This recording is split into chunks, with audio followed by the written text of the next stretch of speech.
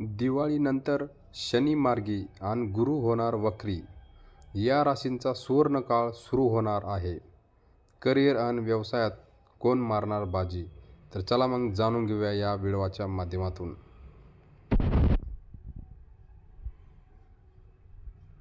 वैदिक पंचांगानुसार यावर्षी 20 ऑक्टोबर रोजी दिवाळी साजरी केली जाईल.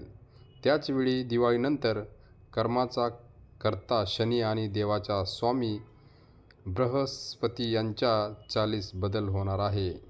नोव्हेंबर महिन्यात न्यायाधीश शनिदेव सरळ चालणार आहे. भगवान शनी मीन राशीत गोचर करणार आहे. त्याच महिन्यात सुख आणि समृद्धी करता गुरु वक्री असतील, म्हणजेच उलट्या होतील. बृहस्पती कर्क राशीत वक्री होईल. अशा प्रकारे काही राशींचे नशीब, पद आणि प्रतिष्ठा प्राप्तिष्ट प्रचंड पैशासह चमकू शकते. चला मग जाणून घेऊया. नंबर 1 ला रास आहे तूळ.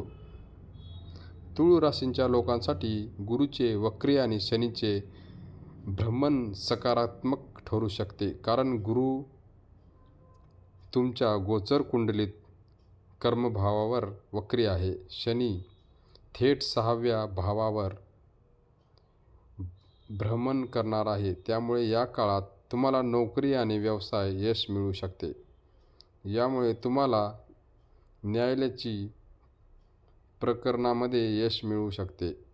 कामाच्या ठिकाणी तुम्ही कामात खूप आरामशीर असाल आणि तुमचे नशीब उजळेल. तुमच्या कारकिर्दीने अचानक झालेला हा मोठा बदल तुम्हाला पाहायला मिळू शकतो. व्यापाऱ्यांना चांगला नफा मिळू शकणार आहे. जर तुमची रास तूळ असेल तर चॅनलला सबस्क्राईब करायला विसरू नका. नंबर 2 ला रास आहे मिथुन. तुमच्यासाठी गुरु ग्रहाची उलटी चाल शनीचे गोचर अनुकूल ठरू शकते.